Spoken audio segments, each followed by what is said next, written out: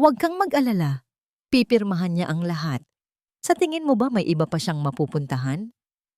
Ang boses ni Rafael, ang asawa ko, tila isang malamig na kutsilyo ang humiwa sa katahimikan ng aming kusina.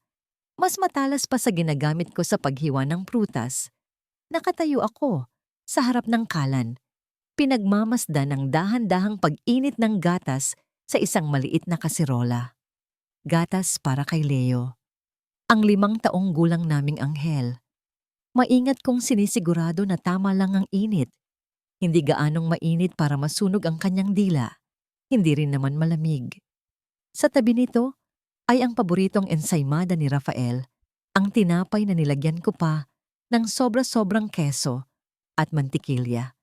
Dahil sabi niya ay pagod siya mula sa trabaho at kailangan niya ng pampagana. Ang bawat galaw ko sa loob ng bahay na ito ay para sa kanila. Ang bawat pagod ko ay iniaalay ko sa kanilang dalawa. Ngunit ang mga salitang iyon, nabitawan ko ang baso. Hindi ito gumawa ng malakas na ingay. Dahan-dahan itong dumulas mula sa nanginginig kong mga daliri at lumapag sa makapal na alpombra. Ang puting gatas ay kumalat na tila isang multo sa madilim na sahig. Isang mantsa sa perpektong larawan ng aming tahanan. Biglang nanlamig ang buong paligid. Ang dating pamilyar na amoy ng ensaymada ay tila nakakasuya. Tumingin ako sa aking mga kamay, ang mga kamay na naglaban ng kanyang mga damit hanggang sa kumapalang kalyo, ang mga kamay na nag-alaga sa kanyang may sakit na ina hanggang sa huling hininga nito. Ang mga kamay na ito na puno ng maliliit na paso mula sa pagluluto ng kanyang mga paborito. Para sa kanya, ang mga kamay na ito ay tandalang palala ng isang babaeng wala ng ibang mapupuntahan. Ang lahat ng ibinigay ko, para lang ba ito sa isang pirma sa papel? Bumukas ang pinto at pumasok si Rafael. Ang kanyang mukha, na dating naghahanap sa akin pag-uwi niya, ay isa na ngayong blangkong pader. Walang emosyon, walang pagmamahal. May iniabot siyang isang folder ng mga dokumento. "Mihan, I need you to sign these," sabi niya sa isang boses na kasing lamig ng hangin sa Baguio. "Ano? Ano ito, Raf?" Tanong ko. Ang boses ko ay halos hindi lumabas. "It's just a formality for the company's security. Kailangan nating ilipat ang ilang assets sa ibang pangalan for tax purposes." Hindi ako tanga. Nababasa ko ang mga salitang waiver of rights at transfer of ownership. Ang lahat ng pinaghirapan namin, o mas tamang sabihing, ang lahat ng isinakripisyo ko para suportahan ang kanyang mga pangarap, ay nakalista doon, handa nang mawala sa isang pirma ko lang. Bago pa ako makasagot, isang tunog ang pumunit sa tensyon sa pagitan namin. Isang tunog na tila kinakalawang na bisagra, isang tunog na nagpatigil sa pagtibok ng puso ko. Isang pag-ubo, mahina sa simula, pagkatapos ay lumakas, desperado at hirap. Si Leo. Dali-dali akong tumakbo papasok sa kanyang silid. Nakita ko ang anak ko na nakaupo sa kama. Ang maliliit niyang balikat ay umaangat at bumababa sa bawat hirap na paghinga. Ang kanyang mukha ay nagsisimula ng mamutla. Hinihikay siya. Ang inhaler niya, nagpapanik kong sabi, kinakapa ang ibabaw ng kanyang mesa. Walang laman. Naubos na pala kagabi. "Rafael, tulungan mo ako. Kailangan nating dalhin si Leo sa ospital." Sigaw ko.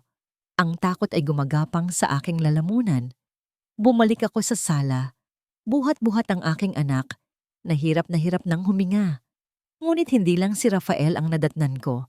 Nakatayo sa gitna ng aming sala, na tila siya ang reyna ng palasyo, ay si Selena. Ang kanyang pulang bestida ay isang masakit na tuldok sa aming mundo. Sa tabi niya ay ang kanyang tita Lorna na nakatingin sa akin mula ulo hanggang paa na may halong pandidiri. "Nagdadrama ka na naman?" tanong ni Selena.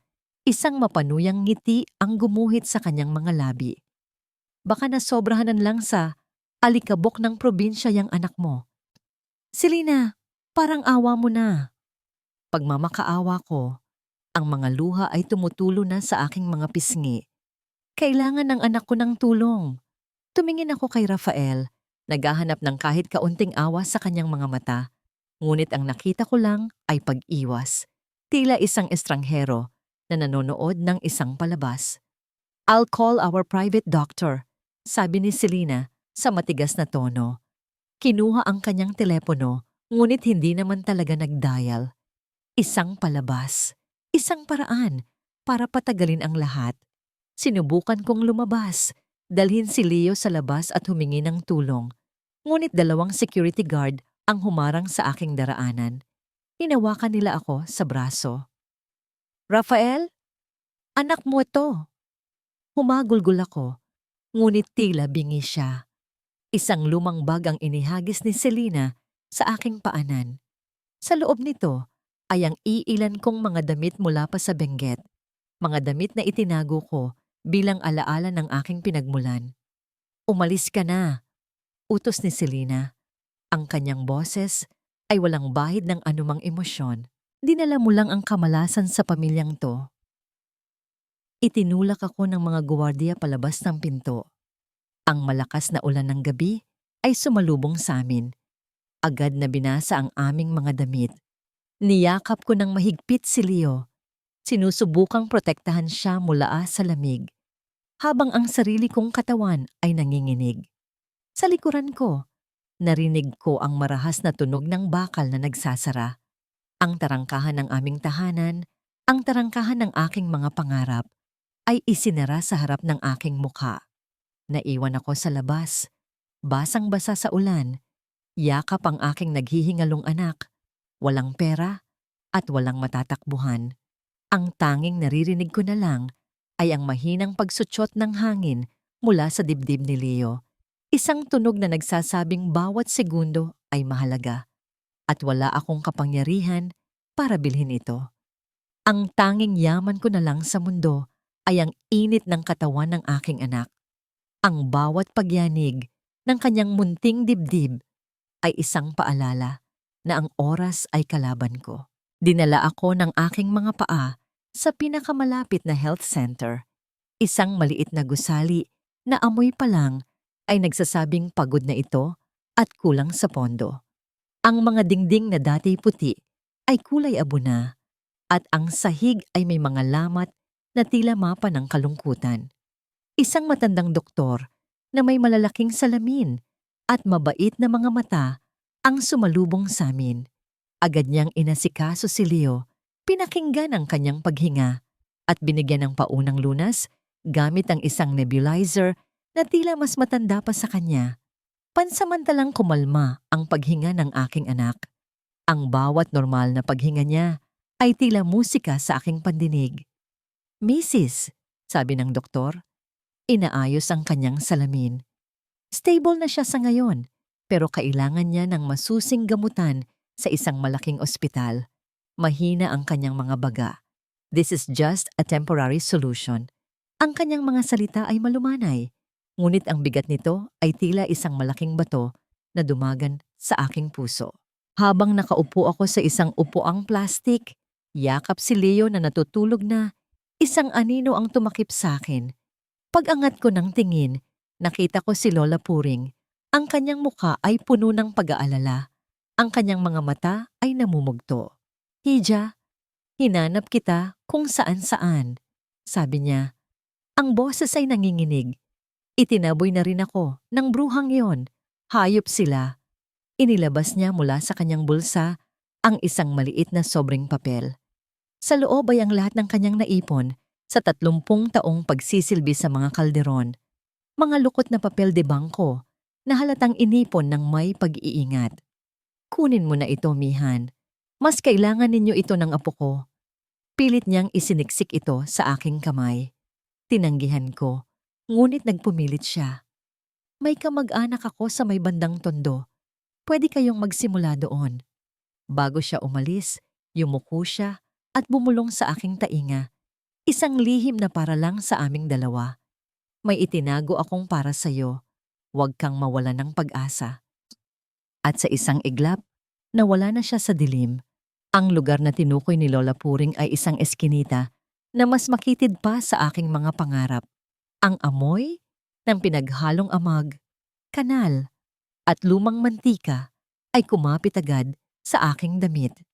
Ito ang impyerno sa lupa. Ang dating mansyon na may malawak na hardin ay napalitan ng isang kwartong sapat lang ang laki para sa isang lumang kama at isang maliit na mesa. Ang ingay ng nag-iiyakang mga sanggol, nag-aaway na mag-asawa at dumadaang mga tricycle ay isang simponya ng kahirapan. Ang hiya ay tila isang makating kumot na bumalot sa buong pagkatao ko.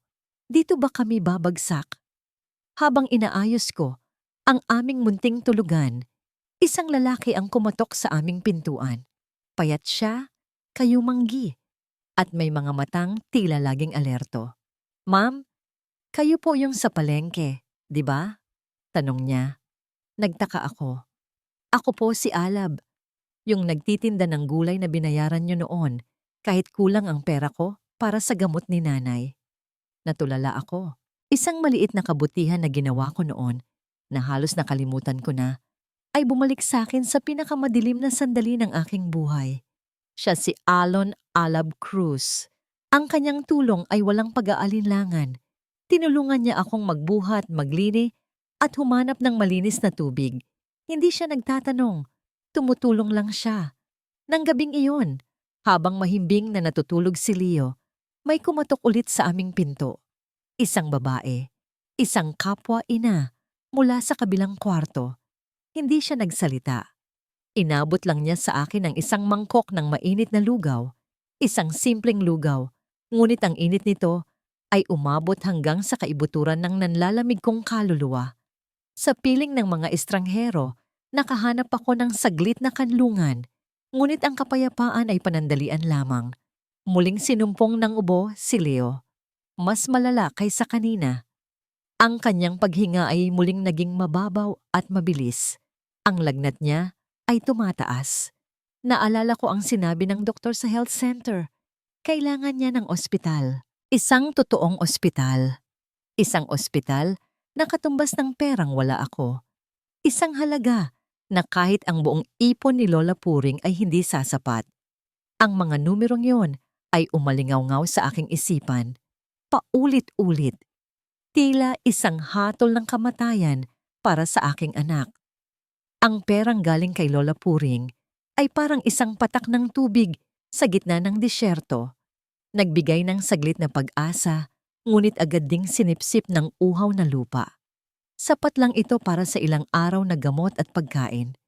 Ang multo ng bayarin sa ospital ay patuloy na bumabagabag sa akin sa bawat paghinga ni Leo. Sa gitna ng aking pag-iisip, hinawakan ko ang aking mga tainga. Nandoon pa ang huling yaman ko. Isang pares ng maliit na hikaw na perlas, ang tanging alaala na iniwan sa akin ng aking ina bago siya pumanaw. Ang hikaw na suot ko noong ikinasal kami ni Rafael, ang hikaw na simbolo ng simpleng buhay at dalisay na pag-ibig na pinangarap ko. May kirot sa aking puso, ngunit mas matindi ang takot na mawala si Leo. Kinabukasan, dinala ko ang hikaw sa isang sanglaan. Ang lamig ng salamin sa pagitan ko at ng appraiser ay kasing lamig ng pakikitungo sa akin ng mundo. Walang emosyon niyang sinuri ang hikaw, tinimbang, at sinabi ang isang halaga na katumbas lang ng pagdura sa aking mga alaala. Ngunit tinanggap ko ang piraso ng papel at mga lukot na pera na iniabot niya sa akin ay mas mahalaga kaysa sa anumang sentimental na bagay sa mga sandaling iyon. Habang naglalakad pa uwi, ramdam ko ang kabawalan sa aking mga tainga. Tila ako ay hinubaran. Isang paalala na wala na talaga akong pag-aari. Nakita ni Alab ang lungkot sa aking mga mata.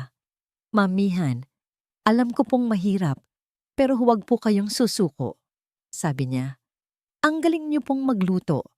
Yung amoy pa lang ng mga niluluto niyo, dinadayo na ng mga kapitbahay. Bakit hindi niyo subukang pagkakitaan?" Ang ideya ay tila isang maliit na kandila sa gitna ng kadiliman. Mayroon akong talento. Isang bagay na hindi kayang kunin ni Selena o o ni Rafael sa akin. Gamit ang natitirang pera, bumili ako ng mga sangkap. Niluto ko ang pinakasikat na pagkain sa aming probinsya, ang pinikpikan. Ang bawat pagpukpok, paggisa, at paghalo ay isang paraan ng paglabas ng galit at lungkot na kinikimkim ko. Inalala ko ang turo ng aking ina. At sa unang pagkakataon, sa loob ng mahabang panahon, naramdaman kong muli ang aking sarili. Ibinahagi ko ang unang luto sa mga kapitbahay. Ang kanilang mga ngiti at papuri ay tila balsamo sa aking mga sugat. Ate, ang sarap! Parang luto ng nanay ko, sabi ng isang construction worker. Kinabukasan, tinulungan ako ni Alab. Gamit ang kanyang lumang cellphone, kumuha siya ng litrato ng aking niluto at gumawa ng isang simpleng page sa social media. Ang pangalan, Kusina Mihan. Kusina, dahil doon nagsimula ang lahat. Mihan dahil ito ang pangalan ko, hindi Calderon. Siya na rin ang nagboluntaryong maging tagahatid gamit ang kanyang motorsiklo. Ang mga unang order ay dumating. Karamihan ay galing sa mga taga-eskinita, mga taong nakakaunawa sa aking kalagayan. Barya-barya lang ang kita, ngunit ang bawat pisong pumapasok ay may kasamang dignidad. Isang hapon, habang nagbibilang ako ng aking munting kita, isang tunog mula sa aking lumang cellphone ang bumasag sa aking pag-iisip. Isang notification ng online payment. Ang unang bayad na hindi galing sa kamay ng customer. Tinitigan ko ang screen. Isang maliit na halaga, ngunit para sa akin, ito ay isang kayamanan. Hindi ko napigilan ang pagtulo ng aking mga luha. Umiyak ako, hindi dahil sa lungkot, kundi dahil sa isang pakiramdam na matagal ko nang hindi naramdaman. Ang pakiramdam na kaya kong tumayo sa sarili kong mga paa. Ngunit tila ipinagkakait sa akin ng tadhana. Tadhana, ang kahit kapirasong ligaya. Kinagabihan, isang lalaking nakamotor ang nag-abot sa akin ng isang sobre. Galing sa mga abogado ni Selena. Nanginginig kong binuksan ito. Ito ay isang cease and desist letter.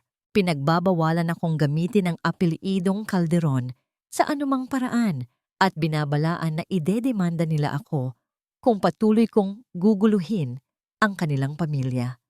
Sino ang nagsabi sa kanila kung nasaan ako? Ang init ng pag-asa na naramdaman ko kanina ay biglang napalitan ng nagyeyelong takot at galit. Habang hawak ko ang papel na puno ng pagbabanta, muling tumunog ang aking cellphone. Isang bagong order, ngunit iba ito. Ang pangalan ng customer ay kilala. Isang sikat na food blogger na may milyon-milyong followers. Ang puso ko ay nagsimulang kumabog ng mabilis. Ito na ba ang pagkakataon na hinihintay ko? O isa itong patibong, isang masalimuot na paraan para tuluyan na akong sirain? Ang takot ay parang mantikang kumukulo sa aking sikmura. Ang order mula sa sikat na food blogger na si Masarap Ba, Beshi? Ay tila isang pagsusulit, isang pagkakamali lang, isang butil ng sunog na kanin, isang hibla ng buhok, at ang muntikong negosyo na nagsisimula pa lang ay guguho na.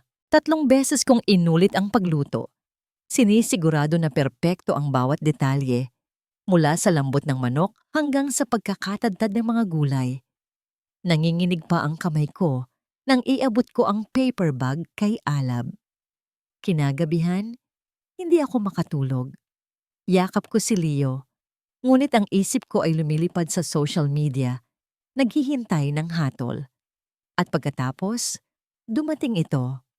Isang post, isang litrato ng aking pinikpikan na kinunan sa paraang tila ito ay isang obra maestra. At ang caption, hindi ito luto lang, ito ay kwento. Sa isang maliit na kusina sa Tondo, natagpuan ko ang pinakatapat na pagkaing natikman ko ngayong taon. Bawat subo ay lasang sakripisyo, pag-asa at pagmamahal ng isang ina. Hanapin niyo ang Kusina Mihan, hindi kayo magsisisi. Pagkatapos noon, Sumabog ang lahat. Walang tigil ang pag-ilaw ng screen ng aking cellphone. Bawat tunog ay isang maliit na sigaw ng tagumpay.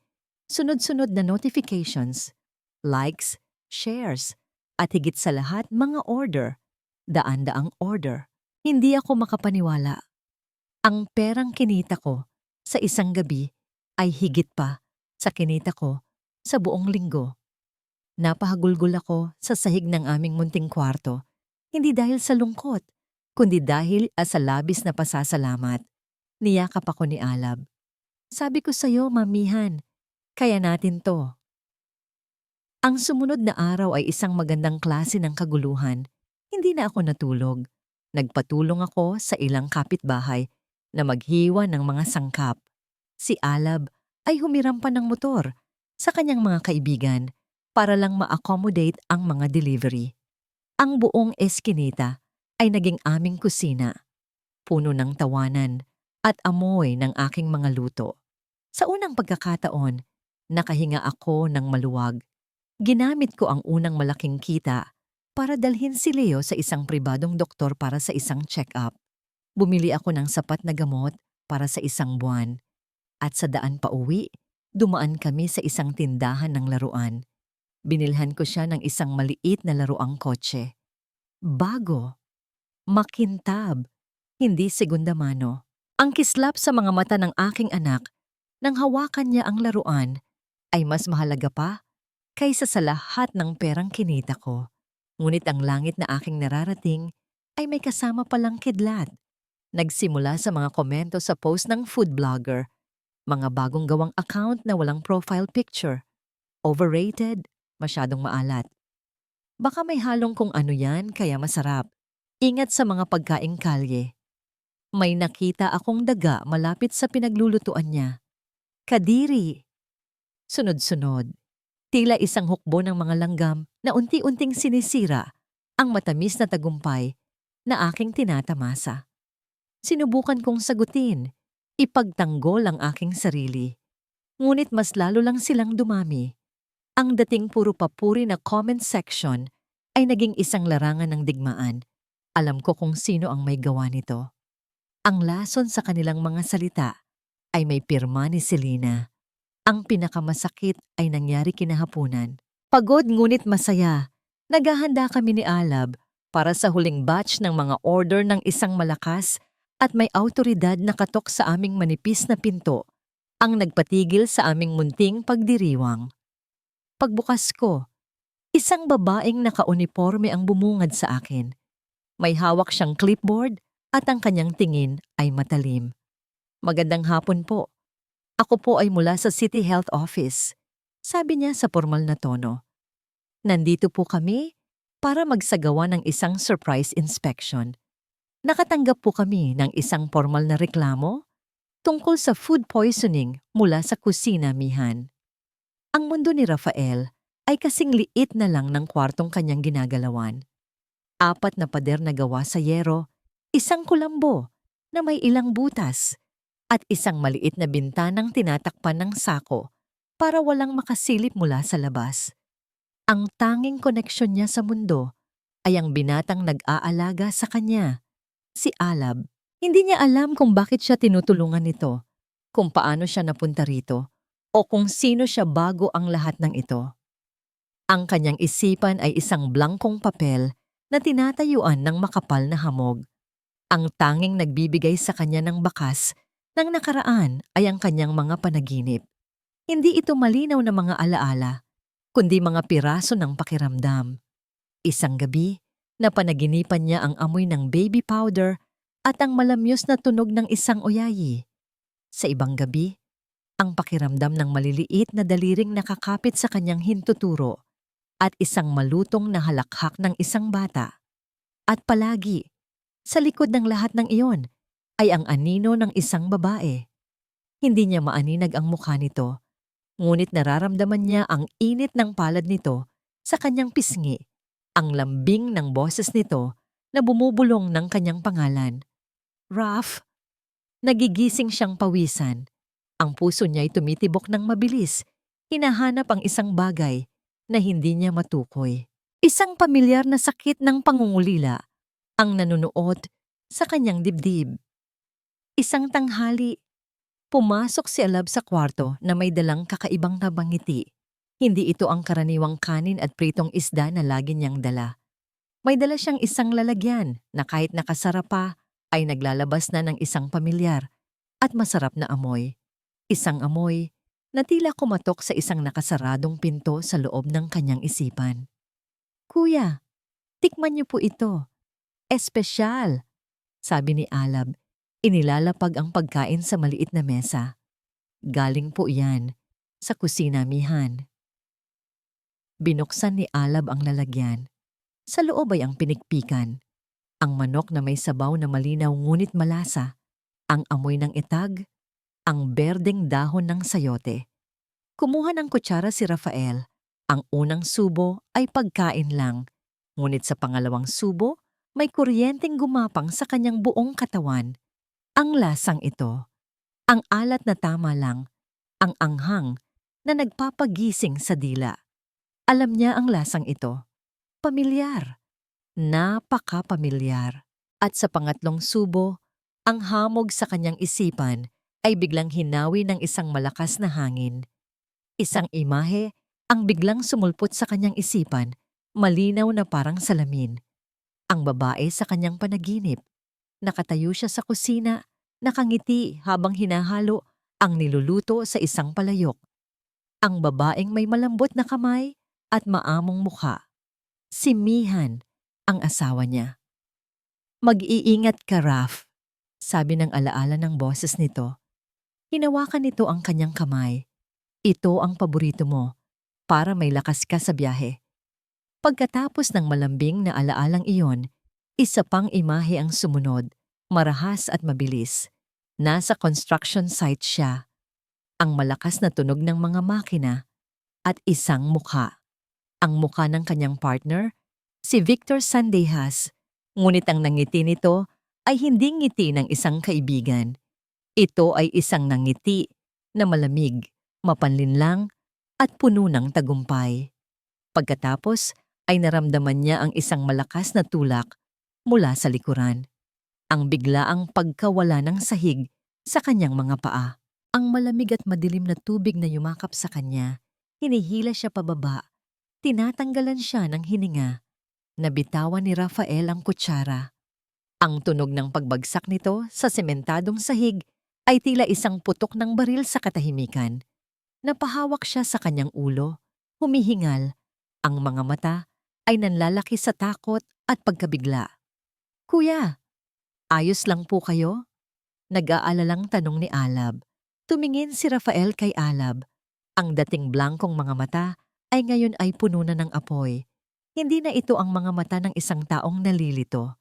Ito ang mga mata ng isang taong nakakaalala at isang pangalan ang lumabas sa kanyang mga labi. Hindi na isang bulong, kundi isang salitang puno ng galit at hindi pagkapaniwala. "Victor Sandejas." Ang mga salitang food poisoning ay tila laso na kumalat sa aming munting espasyo. Ang hangin ay tila ninakaw mula sa aking mga baga. Ang inspektor, na may pangalang nakaborda sa kanyang uniforme, Ginang Reyes, ay nagsimulang maglakad sa paligid. Ang bawat kilos niya ay matalas at may layunin. Tiningnan niya ang ilalim ng aming lababo, ang loob ng aming maliit na ref, ang paraan ng pagkakahiwa ng aking mga gulay. Nakatayo lang ako roon, hindi makagalaw. Ang lahat ng aking pinaghirapan ay nakasalalay sa hatol ng babaeng ito. Ang bawat salita ay isang pako na ibinabaon sa aking munting pag-asa. Ngunit hindi ako nag-iisa. Ang ingay ay nakatawag pansin sa aking mga kapitbahay. Isa-isang nagsilabasan sila mula sa kanilang mga kwarto. Ang kanilang mga mukha ay puno ng pagtataka na agad na palitan ng pag-aalala. "Ano ang problema, Ate Mihan?" tanong ni Aling Nena, ang babaeng nagbigay sa akin ng lugaw noong unang gabi ko rito. "May nagreklamo raw po na may food poisoning." Sagot ko, ang boses ko ay basag. Isang malutong na halakhak ang narinig mula sa isang lalaking construction worker. "Imposible! Araw-araw kaming kumakain ng luto ni Mihan. Mas malusog pa kami sa kalabaw. Oo nga, sigaw pa ng isa. Baka yung nagreklamo ang may problema sa tiyan, hindi ang pagkain. Isang pader ng mga boses ang biglang pumalibot sa akin, pinoprotektahan ako. Ang kanilang suporta ay isang mainit na yakap sa nanlalamig kong kaluluwa. Tumingin ako sa kanila, ang mga estrangherong naging pamilya ko, at isang luha ng pasasalamat ang tumulo mula sa aking mga mata. Matapos ang halos isang oras na tila isang taon ang haba, humarap sa akin si Ginang Reyes. Isinara niya ang kanyang notepad. Inaasahan ko na ang pinakamasama. Ginang Ledesma, simula niya at napapikit ako. Wala akong nakitang anumang paglabag sa kalinisan sa inyong kusina. Sa katunayan, mas malinis pa ito kaysa sa ibang mga restaurant na nainspeksyon ko na. Nakahinga ako ng maluwag. Ngunit, dagdag niya at muling bumalik ang kaba sa aking dibdib. Ang reklamong natanggap namin ay formal at isinampa sa pamamagitan ng isang malaking law firm. Seryoso ito. Kahit na malinis kayo ngayon, babalik at babalik kami hanggat may reklamong dumarating. Ipinapayo ko lang na mag-ingat kayo. Tumango lang ako. Nauunawaan ang ibig niyang sabihin. Ito ay isang babala. Hindi sila titigil. Nang gabing iyon, hindi ako nagluto. Nawalan ako ng gana. Tila isang madilim na ulap ang bumalot sa aming eskinita. Paano ako lalaban sa isang kalaban na hindi ko nakikita, na gumagamit ng pera at kapangyarihan para durugin ako? Kinabukasan, habang nag-aalmusal kami ni Leo ng tinapay at kape, isang babae ang huminto sa tapat ng aming pinto. Naka-blazer siya, may dalang leather na briefcase, at ang kanyang tindig ay nagpapakita ng talino at kumpiyansa. Mukha siyang naligaw. Good afternoon, bati niya sa isang malinaw at matatag na boses. Hinahanap ko si Amihan Ledesma ng Kusina Mihan. Kinabahan ako. Isa na naman ba itong pagbabanta? Ako po, mahina kong sagot. I'm Attorney Diaz. Pagpapakilala niya, inilahad ang kanyang kamay. Nabasa ko ang review tungkol sa inyo at sinubaybayan ko rin ang mga peking account na sumisira sa inyo online. I'm a fan of your food and I'm an even bigger fan of your story. Pasensya na po, attorney, pero wala po akong pambayad sa abogado. Agad kong sabi. Isang maliit na ngiti ang sumilay sa kanyang mga labi. Hindi ako nandito para maningil. Nandito ako dahil galit ako sa mga bully. At ang ginagawa sa iyo ay pambubuli sa pinakamasahol na paraan. Gusto kitang tulungan. Pro bono. Natulala ako. Isang anghel na naka-blazer. Hindi ako makapaniwala. Pinatuloy ko siya sa aming munting espasyo. Ikinuwento ko sa kanya ang lahat. Mula sa gabing ipinalayas ako hanggang sa liham ng pagbabanta. Matiyaga siyang nakinig. Tumatango paminsan-minsan. Pagkatapos kong magsalita, isang tanong lang ang binitiwan niya. Nasaan ang mga dokumentong pinapirmahan sa iyo ng asawa mo? Kinuha ko ito mula sa ilalim ng aming kama, ang papel na sumira sa aking buhay. Maingat niyang binuklat ito, ang kanyang mga matang sanay, sa mga legal na termino ay mabilis na binabasa ang bawat linya. Habang nagbabasa siya, ang kanyang profesional na ekspresyon ay unti-unting nagbago. Ang kanyang mga kilay ay nagsalubong at ang kanyang mga labi ay napakagat. Tumingin siya sa akin at sa unang pagkakataon, nakita ko ang galit sa kanyang mga mata. Isang galit na para sa akin. Ito. Mihan, this is not just illegal, sabi niya. Ang kanyang boses ay mababa, ngunit puno ng bigat. This is pure evil. Ang mga salita ni Attorney Diaz ay tila isang matibay na kalasag na biglang ipinangharang sa aking harapan. This is pure evil. Sa unang pagkakataon, naramdaman ko na hindi ako nag-iisa sa laban na ito. Mayroon na akong kakampi. Isang kakampi na hindi lang nakikisimpatsya, kundi nauunawaan ang bigat ng batas na ipinampupukpok sa akin. Maghapon kaming nag-usap, inilatag niya ang mga posibleng hakbang na maaari naming gawin. May liwanag, may pag-asa. Nang paalis na si Attorney Diaz, isang kaguluhan sa labas ng aming eskinita ang pumukaw sa aming pansin, ang karaniwang ingay ng mga nagtatawa ng bata at nag-uusap ng mga kapitbahay ay napalitan ng mga bulungan at nagtatakang mga tinig. Sino yan? Parang hindi taga rito. Kawawa naman. Mukhang naliligaw. Dahil sa kuryosidad, sumilip ako sa siwang ng aming pinto. May isang lalaking naglalakad nang paika-ika papasok sa aming eskinita. Payat siya, ang kanyang damit ay malinis, ngunit halatang luma. At hindi sukat sa kanya. Mahaba ang kanyang buhok at balbas. Ngunit may isang bagay sa kanyang tindig, sa paraan ng kanyang paglalakad, kahit nahirap, na nagpatigil sa pag-ikot ng aking mundo. Hindi. Imposible. Ang briefcase na hawak ko para kay Attorney Diaz ay dumula sa aking kamay. Isang mahinang kalabog ang ginawa nito nang bumagsak sa sahig. Ngunit ang tunog sa loob ng aking dibdib ay mas malakas pa sa isang kulog. Ang puso ko ay tila isang kabayong gustong kumawala sa kanyang kulungan. Nagpatuloy siya sa paglalakad. Ang kanyang mga mata ay tila may hinahanap. At pagkatapos, huminto siya. Ang kanyang mga mata ay dumapo sa akin, sa aming bukas na pinto, sa akin. Ang lahat ng hangin sa aking paligid ay tila nawala. Isang multo. Isang multo mula sa aking nakaraan, ang nakatayo ilang metro lang ang layo sa akin, buhay na buhay. Mihan, ang kanyang boses, basag, paos, mahina. Ngunit iyon ang kanyang boses. Ang boses na bumubulong sa akin tuwing gabi. Ang boses na tumawag sa aking pangalan sa aming kasal. Ang boses din na nag-utos na palayasin ako. Naramdaman kong nagtago si Leo sa likod ng aking mga binti. Ang maliliit niyang kamay ay mahigpit na nakakapit sa aking palda. Ang mga kapitbahay ko ay natahimik. Ang bulungan ay naging isang kolektibong paghinga ng pagkagulat. Lahat sila ay kilala ang aking kwento.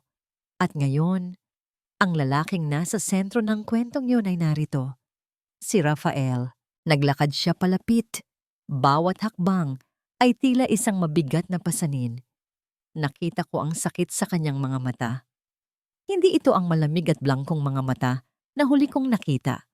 Ito ang mga mata ng lalaking minahal ko, puno ng pagkalito, pagsisisi, at isang sakit na hindi ko maipaliwanag. Mihan, ako to, sabi niya ulit. Tila natatakot na baka hindi ko siya kilalanin. At pagkatapos, ang kanyang tingin ay bumaba. Dumapo ito sa batang nagtatago sa aking likuran, sa aming anak. Isang kislap ng pagkilala, ng pagmamahal ng isang ama, ang biglang nagliwanag sa kanyang pagod na mukha. Anak, bulong niya. Humakbang siya. Iniangat ang kanyang kamay na tila gusto kaming abutin. Isang salita na lang, isang paliwanag, at baka sakaling maintindihan ko ang lahat. Ngunit hindi ito nangyari. Bigla siyang napahawak sa kanyang ulo. Isang ungol ng matinding sakit ang kumawala sa kanyang mga labi. Ang kanyang mukha ay biglang namutla. Ang kanyang mga mata ay pumuti at umikot pa itaas. Ang kanyang katawan, na kanina lang ay pilit na tumatayo ng tuwid, ay biglang nawalan ng lakas. Sa harap ko, sa harap ng aking anak, sa harap ng lahat, si Rafael Calderon ay bumagsak na tila isang puno na tinamaan ng kidlat. Walang buhay sa maruming semento ng aming eskinita. Ang pagbagsak ni Rafael ay tila isang senyas na gumising sa lahat mula sa kanilang pagkatulala. Ang eskinita ay biglang naging isang magulong beehive ng mga nag-aalalang boses at nagmamadaling mga paa. Tubig! Kumuha kayo ng tubig! Dalhin natin siya sa loob. Si Alab ang unang kumilos. Sa isang iglap, nasa tabi na siya ni Rafael. Sinisipat ang kanyang pulso at paghinga. Buhay pa siya. Sigaw niya. At ang isang hibla ng pag-asang yon ay sapat na para sa akin. Si Attorney Diaz naman ay agad na inilayo si Leo. Tinakpan ang mga mata nito mula sa eksenang hindi dapat makita ng isang bata. Sa tulong ng ilang kapitbahay, binuhat nila ang walang malay na katawan ni Rafael. Hindi namin siya pwedeng dalhin sa ospital. Iyon ang unang lugar kung saan siya hahanapin. Sa halip, dinala siya ni Alab sa bakanting kwarto kung saan niya ito unang itinago. Isang lihim na kanlungan sa gitna ng magulong syudad. Naiwan ako sa loob ng aking kwarto, nanginginig. 1,000 tanong ang nag-uunahan sa kanyang isip. Galit, awa, pag-ibig, poot. Ang lahat ay naghahalo na tila isang bagyo sa loob ng aking dibdib. Ang lalaking sumira sa akin ay siya ring lalaking kailangan kong iligtas ngayon. Makalipas ang 1 oras, habang binabantayan ko ang pagtulog ni Leo, isang pamilyar na anino ang huminto sa aking pintuan. Si Lola Puring. Ang kanyang mukha ay seryoso at sa kanyang mga mata ay may isang determinasyon na ngayon ko lang nakita. Alam kong darating ang araw na ito. Sabi niya sa mahinang boses, isinasara ang pinto sa kanyang likuran. Lola, paano niyo nalaman? Tanong ko. Ang balita sa eskinita ay mas mabilis pa sa apoy hiha. Nakarating sa akin na ang multo ng mga kalderon ay nagpakita. Umupo siya sa tabi ko. Ang kanyang mga kamay na puno ng kulubot ay marahang humaplos sa aking likod. Sinabi ko sa iyo noon na may itinago ako para sa iyo. Panahon na para ibigay ko ito.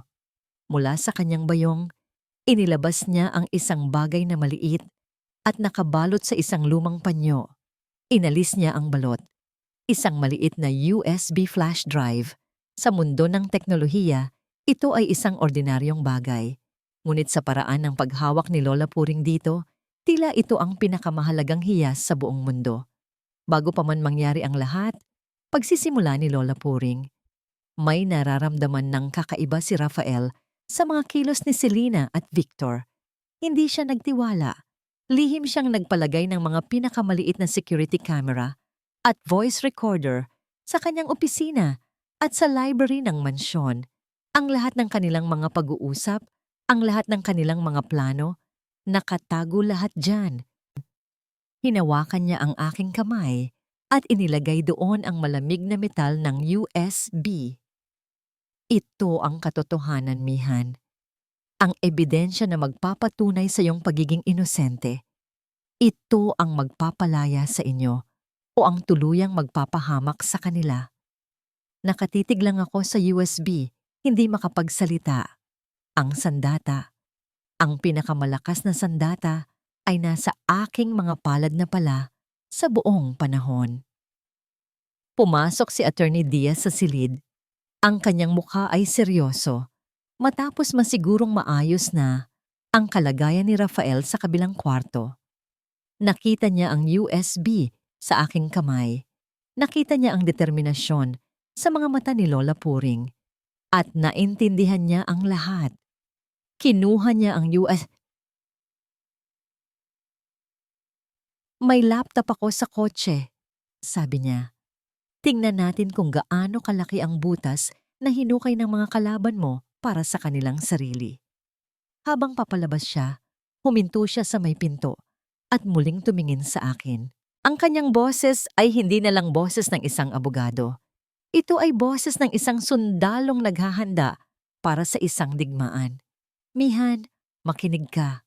Kung ano man ang laman nito, ito na ang magdidikta ng susunod nating galaw. Mula sa sandaling ito, hindi na lang pera ang kalaban natin. Buhay na. Ang mga sumunod na araw ay isang paligsahan laban sa oras. Habang si Rafael ay unti-unting nagpapalakas sa ilalim ng pagbabantay ni Alab, kami naman ni Attorney Diaz ay tila mga general na nagpaplano ng isang digmaan sa loob ng aking munting kusina. Ang laptop ni Attorney Diaz ang naging sentro ng aming mundo. Ang bawat file sa loob ng USB ay isang bala. Ang bawat video, bawat pag-uusap ay isang piraso ng katotohanan na masakit pakinggan ngunit kinakailangang harapin. Narinig ko ang boses ni Selena, matamis ngunit puno ng lason habang kinukumbinsi niya si Victor. Madali lang yan, isang tulak lang, at lahat ng ito ay magiging atin. Nakita ko ang mukha ni Victor, puno ng kasakiman. Siguraduhin mong ang probinsyanang yon ang mapagbibintangan. Ayokong madamay. Ang pinakamasakit sa lahat ay ang marinig ang pag-uusap nila tungkol sa akin at kay Leo. Ang pagtawa nila habang binabalak ang pagpapalaya sa amin. Ang bawat salita ay isang karayom na tumutusok sa aking puso. Ngunit ang sakit ay hindi na nagdulot ng luha. Nagdulot ito ng galit. Isang malamig at matigas na galit na nagpatibay sa aking determinasyon. Ang aming pagkakataon ay dumating sa anyo ng isang imbitasyon. Isang makintab na papel na may gintong mga letra. Inihahandog ng Calderon Foundation ang taunang gabi ng pag-asa. Isang charity ball na pinangungunahan ni Selena. Ito ang magiging pinakamalaking pagtitipon ng mga elite sa Maynila. Isang gabi para sa mga kamera, para sa pekeng pakikiramay, para sa pagpapakitang tao. Isang perpektong entablado. Ito na yon, sabi ni Attorney Diaz. Ang kanyang mga mata ay nag-aapoy. Sa harap ng lahat ng taong gusto niyang pahangain, doon natin siya ibabagsak. Ang plano ay simple, ngunit mapanganib. Kailangan naming makapasok. Kailangan naming makuha ang kontrol sa malaking screen sa entablado. At higit sa lahat, kailangan naming siguraduhin na si Rafael ay sapat na ang lakas para harapin ang mga taong nagtangka sa kanyang buhay. Nagambaga ng buong eskinita. Si Aling Nena ay naglabas ng isang luma, ngunit eleganteng bestida na minana pa niya sa kanyang amo. Si Mang Cardo, isang retiradong electrician, ang nagturo kay Alab kung paano i-access ang mga wiring ng isang audio-visual system. Ang bawat isa ay may maliit na papel na ginampanan. Hindi na ito laban ko lang. Ito ay naging laban ng isang buong komunidad, laban sa kawalang katarungan. Sa araw ng charity ball, habang tinutulungan ako ni Aling Nena na mag-ayos, isang tawag ang natanggap ni Alab sa kanyang cellphone. Isang hindi rehistradong numero. Alon Cruz? Tanong ng isang boses sa kabilang linya. Malamig. Mapanganib. Ang boses ni Victor Sandejas. Nanigas si Alab. Alam ko kung nasaan ka. Patuloy ng boses. Alam kong may tinatago ka. Isang maling galaw mo mamayang gabi. At hindi lang ikaw ang madadamay. Pati ang nanay mo sa probinsya baka aksidenteng madulas. Ang banta ay malinaw. Ang kanilang mga galamay ay mahaba at nakamamatay. Pumasok si Alab sa aking silid matapos ang tawag. Ang kanyang mukha ay maputla, ngunit ang kanyang mga mata ay nagniningas. Hindi siya nagsalita tungkol sa banta. Ayaw niya akong mag-alala, ngunit nakita ko ang pagbabago sa kanya. Ang dating mabait at simpleng delivery boy ay ngayon ay isang sundalong handang sumuong sa panganib. Hindi lang para sa utang na loob, kundi para sa kung ano ang tama. Kinagabihan, habang suot ko ang bestida at hawak ang kamay ng isang ganap ng malakas na si Rafael, habang si Alab ay nakasuot ng uniforme ng catering staff na aming nakuha. Alam naming tatlo na ang gabing ito ay hindi lang tungkol sa pagbawi ng yaman o pangalan. Ito ay gabi ng paghuhukom, ang gabi kung saan ang lahat ng kasinungalingan ay masusunog. Ang ballroom ng hotel ay isang dagat ng kumikinang na mga alahas at pekeng mga ngiti. Ang hangin ay puno ng amoy ng mamahaling pabango at mga bulungan tungkol sa negosyo at kapangyarihan. Sa gitna ng lahat ng ito, sa entablado, nakatayo si Selena. Mukha siyang anghel sa kanyang puting gown. Ang kanyang boses ay malambing at puno ng pekeng kalungkutan habang pinag-uusapan niya ang biglaang pagkawala ng kanyang minamahal na si Rafael. Itinatag niya ang Calderon Foundation para magbigay ng pag-asa. Sabi niya, isang pekeng luha ang maingat na tumulo sa kanyang pisngi. At bilang pagpapatuloy ng kanyang legacy, Ipinapangako ko. Nakatayo kami ni Rafael sa madilim na sulok sa likod ng ballroom, malapit sa service entrance. Si Attorney Diaz ay nasa tabi namin. Ang kanyang cellphone ay handa na. Sa kabilang banda, si Alab, na naka-uniforme, ay nagpapanggap na nag-aayos ng mga kable malapit sa technical booth. Ang kanyang mga mata ay nakatuon sa technician na nagpapatakbo ng malaking screen sa likod ng entablado. Habang nagsasalita si Selena, si Victor naman ay nakatayo sa gilid ng entablado. Ang kanyang mukha ay puno ng pagmamalaki. Ngunit napansin ko ang kanyang mga mata. Hindi ito nakatingin kay Selena. Ito ay palipat-lipat, sinusuri ang mga anino sa paligid, hinahanap ang anumang banta. Nakita niyang nakatingin si Alab at isang malamig na ngiti ng babala ang gumuhit sa kanyang mga labi. Ngayon na, bulong ni Attorney Diaz, isang senyas. Iyon lang ang kailangan ni Alab. Sa isang mabilis, ngunit kalkuladong galaw, sinadya niyang matapilok malapit sa technician, natapon ang isang baso ng tubig sa control panel. Isang saglit na kaguluhan, isang saglit na sapat na para isaksak ni Alab ang isang maliit na device sa isang port na itinuro sa kanya ni Mang Cardo. Ang malaking screen sa likod ni Selena na nagpapakita ng kanyang malungkot na mukha ay biglang nag-flicker. Biglang nawala ang mukha ni Selena.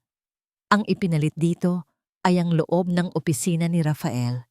At doon, sa screen na kasing laki ng pader, lumitaw ang mukha ni Selena at Victor. Malinaw na parang kristal. Ang bulungan sa ballroom ay biglang huminto. Lahat ng mga mata ay napako sa screen. Ang boses ni Selena ay umalingaw-ngaw sa buong ballroom. Hindi na malambing, kundi matalas at puno ng kasakiman. Madali lang yan. Isang tulak lang. At lahat ng ito ay magiging atin. Isang kolektibong singhap ng pagkagulat ang narinig mula sa mga panauhin. Nanlaki ang mga mata ni Selena sa entablado. Ang kanyang bibig ay bahagyang nakabuka sa pagkabigla. Sumunod ang boses ni Victor, nagyayabang. Siguraduhin mong ang probinsya ng iyon ang mapagbibintangan. Ayokong madamay. Ang video ay nagpatuloy. Ang kanilang pagtawa habang pinaplano ang aking pagdurusa. Ang kanilang walang awang mga salita tungkol sa aking anak. Ang buong ballroom ay naging isang korte at ang lahat ng naroroon ay ang mga hurado. Patayin niyo yan! Patayin niyo yan! Sigaw ni Selena sa mga technician, ngunit huli na ang lahat. Nang matapos ang video, isang nakabibinging katahimikan ang bumalot sa lugar. At sa gitna ng katahimikang yon, isang ilaw ang biglang tumutok sa likod ng ballroom. At naglakad na kami, ako, at si Rafael. Ang mga tao ay napaurong na tila nakakita sila ng multo. Ang mga singhap ay naging mga sigaw. Ang mga bulungan ay naging hayagang pagkamangha. Huminto kami sa gitna. Ang lahat ng kamera ng media na kanina lang ay nakatutok kay Selena ay ngayon ay nakatutok sa amin. Magandang gabi sa inyong lahat, sabi ni Rafael. Ang kanyang boses ay kalmado, ngunit may bigat ng isang kulog. Hindi na ito ang boses ng isang taong nalilito. Ito ang boses ng isang haring nagbabalik para bawiin ang kanyang kaharian. Mukhang meron tayong dapat pag-usapan. Nakita ko ang purong takot sa mukha ni Selena. Si Victor naman ay dahan-dahang umaatras, sinusubukang makatakas sa kaguluhan. Ngunit hinarangan na ni Alab at ng hotel security ang lahat ng labasan. Walang kawala. Ang pagsabog ay hindi isang malakas na tunog. Ito ay ang maras na pagbagsak ng mga kasinungalingan. At sa gabing iyon, sa harap ng buong mundo, ang imperyo na binuo sa panlilinlang ay gumuho na parang isang kastilyong buhangin na hinampas ng alon ng katotohanan. Ang mga sumunod na sandali ay isang mabilis at magulong pagkakasunod-sunod ng mga pangyayari. Ang mga flash ng kamera ay tila walang katapusang kidlat. Ang mga tanong mula sa media ay parang isang buhos ng ulan na hindi namin magawang takasan. Ang mga pulis na alerto ng tinawagan ni Attorney Diaz bago pa kami pumasok ay mabilis na dumating. Nakita ko kung paano kinaladkad palabas si Selena. Ang kanyang puting gown ay nagusot. Ang kanyang perpektong ayos ay nasira. Wala na ang reyna. Ang natira na lang ay isang babaeng sumisigaw, nagwawala, at isinusumpa ang aking pangalan. Ngunit walang awa sa aking puso para sa kanya. Si Victor naman ay sumukong walang laban. Ang kanyang mukha ay kasing puti ng isang papel. Ang kanyang pagmamalaki ay ganap ng nawasak. Sa gitna ng kaguluhan, hinawakan ni Rafael ang aking kamay. Isang pamilyar na kuryente ang gumapang sa aking balat, ngunit ngayon ay may kasama na itong pag-iingat. Giniyan niya ako sa isang tahimik na pasilyo, palayo sa ingay. Doon, sa ilalim ng isang dim na ilaw, sa unang pagkakataon, nagharap kami ng kami lang. Mihan, simula niya, ang kanyang boses ay puno ng isang emosyon na matagal ko nang hindi narinig mula sa kanya. Pagsisisi. Walang salita ang makakapagsabi kung gaano ako nagsisisi. Patawarin mo ako. Hindi ako sumagot agad. Tinitigan ko lang siya. Ang lalaking minahal ko, ang lalaking sumira sa akin, at ang lalaking kasama kong lumaban. Hindi ko alam na ganoon na pala sila kasama, Mihan. Nabulag ako. Patuloy niya. Pinabayaan kita. Pinabayaan ko kayo ng anak natin. At habang buhay kong pagbabayaran iyon, hinawakan niya ang aking magkabilang pisngi. Ang kanyang mga mata ay nagsusumamo. Bigyan mo ako ng isa pang pagkakataon. Ayusin natin ito. Buuin natin muli ang ating pamilya. Ito na. Ang sandaling dapat ay pinapangarap ng bawat babaeng nasaktan. Ang pagbabalik at pagsisisi ng lalaking kanyang minahal. Ang alok na buuin muli ang pamilyang winasak. Ngunit habang nakatitig ako sa kanyang mga mata, isang bagong amihan ang tumingin pabalik. Ang amihan na natutong magluto para mabuhay. Ang amihan na natutong magtiwala sa mga estranghero. Ang amihan na natutong tumayo sa sarili niyang mga paa. Dahan-dahan kong inalis ang kanyang mga kamay sa aking mukha. Rafael, sabi ko, at nagulat ako sa tatag ng sarili kong boses. Ang pagpapatawad ay hindi isang bagay na hinihingi. Ito ay isang bagay na nararamdaman. At sa ngayon, ang puso ko ay pagod na. Nakita ko ang sakit sa kanyang mga mata, ngunit nagpatuloy ako. Ang pamilya ay hindi isang sirang bahay na basta-basta na lang aayusin. Ito ay pundasyon. At ang pundasyon ng tiwala sa pagitan natin ay matagal nang gumuho. Bago ko maisip na ayusin ang bahay, kailangan ko munang siguraduhin na ang lupang kinatatayuan ko ay matibay. Lumabas kami mula sa pasilyo. Sa labas ng hotel, isang press conference ang nag-aabang. Sa harap ng buong bansa, inako ni Rafael ang lahat. Isinalaysay niya ang buong katotohanan. Pagkatapos, tumingin siya sa akin. Bilang patunay ng aking pagsisisi, sabi niya sa mikropono, ang lahat ng karapatan at pag-aari ng Calderon Corporation ay inililipat ko sa nag-iisang biktima ng lahat ng ito, ang aking asawa, si Amihan Ledesma, at ang aming anak, si Leo. Isang huling pasabog para sa gabing iyon, ngunit hindi ako nasilaw sa yaman. Ang tanging nakita ko ay isang lalaking desperadong sinusubukang ayusin ang isang bagay na hindi kayang bilhin ng pera. Tinanggihan ko ang alok sa harap ng lahat. Ang kailangan ko lang ay ang karapatan para sa aking anak, sabi ko sa media, at ang kapayapaan para sa aming dalawa. Ang mga sumunod na linggo ay ginugol sa mga opisina ng abogado at korte. Ang kaso laban kina Selena at Victor ay naging mabilis. Ang ebidensya ay hindi matatawaran. Sila ay nahatulan ng habambuhay na pagkakakulong para sa attempted murder at fraud. Si Rafael ay naging isang anino na lang sa aking buhay. Tumupad siya sa kanyang pangako. Ibinigay niya ang lahat ng suportang legal at pinansyal na kailangan para sa kinabukasan ni Leo, ngunit hindi niya ipinilit ang kanyang sarili sa akin. Sa halip, ang lahat ng atensyon ko ay ibinaling ko sa isang bagay na tunay na sa akin, ang Kusina Mihan. Mula sa maliit na online store, sa tulong ng ilan sa mga taong humanga sa aking kwento, nakapagpatayo ako ng isang maliit na restaurant, isang lugar na mainit, maaliwalas, at amoy pag-asa. Si Alab, na tinanggihan ang malaking perang alok ni Rafael, ay tinanggap ang alok kong maging business partner ko. Siya ang bahala sa operasyon, ako naman sa kusina. Ang aming samahan ay nanatiling dalisay, isang pagkakaibigan na isinilang mula sa pagsubok at pinalaki ng respeto. Isang hapon, habang abala ako sa paghahanda para sa pagbubukas ng restaurant, isang pamilyar na anino ang huminto sa pintuan. Si Rafael. Hindi na siya ang makapangyarihang don na kilala ng lahat o ang nalilitong taong grasa.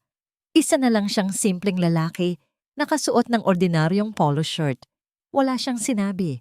Ngumiti lang siya ng malungkot, tumango, at nagpatuloy sa kanyang paglakad. Sa sandaling iyon, naramdaman ko ito. Isang dahan-dahang pag-angat ng bigat sa aking dibdib. Ang simula ng pagpapatawad, hindi para sa kanya, kundi para sa akin. Ang bagong bukang liwayway ay dumating na. At sa pagkakataong ito, ako ang araw na sumisikat sa sarili kong kalangitan. Isang taon ang lumipas. Ang Kusina Mihan ay hindi na lang isang restaurant. Ito ay naging isang testimonya. Ang mga dingding nito ay puno ng mga litrato, hindi ng mga sikat na personalidad, kundi ng mga larawan ng mga kababaihang nagsimulang muli. Mga inang mag-isang itinataguyod ang kanilang mga anak. Sila ang mga empleyado ko, ang mga supplier ko, ang mga kwento nila na minsang katulad ng sa akin ay ang sikretong sangkap na nagpapasarap sa bawat putaheng inihahain namin. Mula sa bintana ng aking maliit na opisina sa itaas ng restaurant, tanaw ko ang hardin sa labas. Si Leo, na ngayon ay 6 na taong gulang na, ay masiglang tumatakbo sa damuhan, malusog at walang bahid ng anumang sakit. Ang kanyang tawa ay ang pinakamagandang musika sa aking mundo. Kasama niyang naglalaro ang isang lalaki. Hindi na ito ang aninong dumadaan lang. Linggo-linggo, dumadalaw si Rafael, hindi bilang isang asawang nanunuyo, kundi bilang isang amang bumabawi sa nawalang panahon. Tinuruan niya si Leo kung paano magpalipad ng saranggola, kung paano magkumpuni ng mga laruan, at sa bawat pagbisita, nag-iiwan siya ng isang katanungan sa kanyang mga mata. Isang tanong na hindi niya binibigkas. Ngunit sa bawat pagbisita, ang ngiti ko ay nagiging mas totoo.